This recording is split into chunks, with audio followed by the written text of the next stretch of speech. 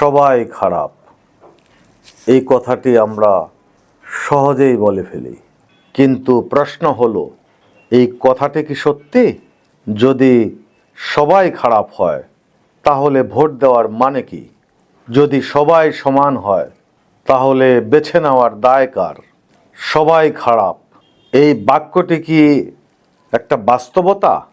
এটা আমাদের সবচেয়ে নিরাপদ অজুহাত, কারণ এই কথাটা বললে আমাদের আর খুঁজতে হয় না, যাচাই করতে হয় না, প্রশ্ন করতে হয় না, ভুল স্বীকার করতেও হয় না। এই একটা বাক্যে প্রশ্ন শেষ, দায় শেষ, ভোটার শেষ।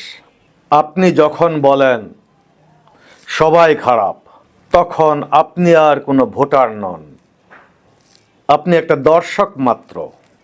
আর গণতন্ত্রে দর্শকের আসলে কোনো ভূমিকাই নেই। আমার সোনার বাংলা, আমি তোমায় ভালোবাসি।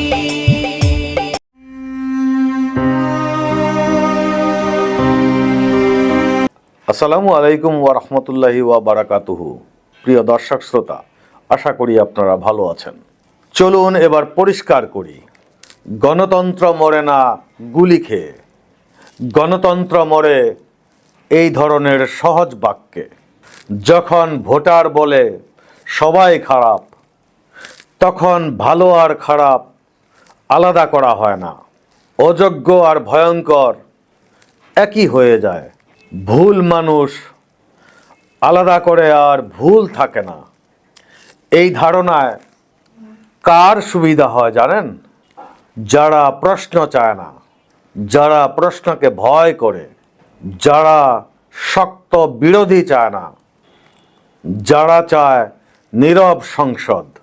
কারণ ভোটার যদি ভাবে সবাই খারাপ, তাহলে যে সবচেয়ে খারাপ সে আর আলাদা করে চিহ্নিত হয় না। This is good for them.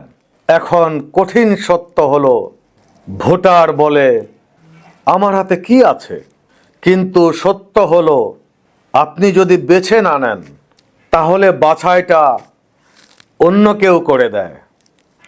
আর এই বাছাইটায় এক ধরনের নমিনেশন, আর এটাই সবচেয়ে বড় ক্ষমতা হস্তান্তর।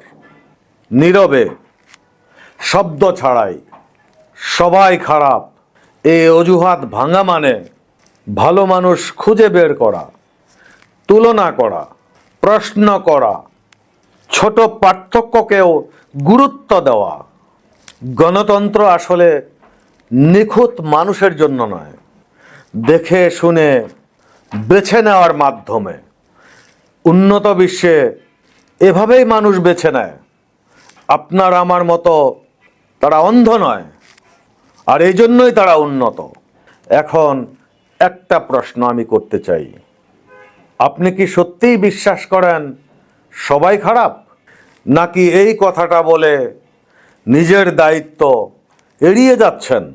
যদি সবাই খারাপ না হয়, তাহলে ভালো মানুষ রাজনীতিতে আসে না কেন? এই প্রশ্নটার উত্তর নিয়ে আসছি পরের পর্বে। ততক্ষণ ভালো থাকুন, সুস্থ থাকুন, সততার পথে থাকুন, আর বিল্ড দ্য নেশনের পক্ষে থাকুন। আসসালামু আলাইকুম ওয়া রাহমাতুল্লাহি ওয়া বারাকাতুহু।